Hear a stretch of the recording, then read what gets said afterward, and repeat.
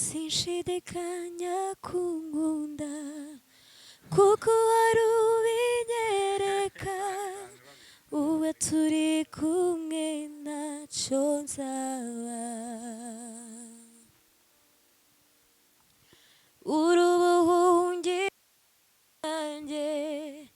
ni wowe bwugamo bwanjye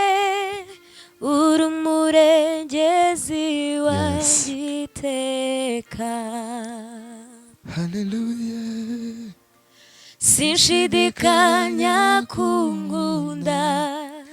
kuko hari ubinyereka ubwo turi kumwe ntacyo nzaba uri ubuhungiro bwanjye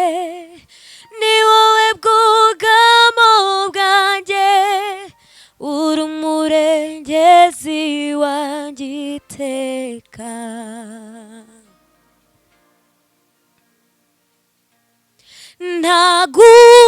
ntagufite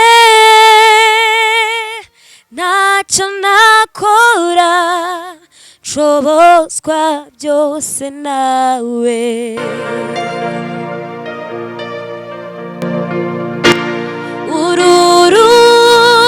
urutare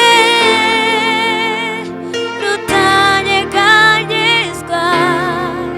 nzakwisunga iteka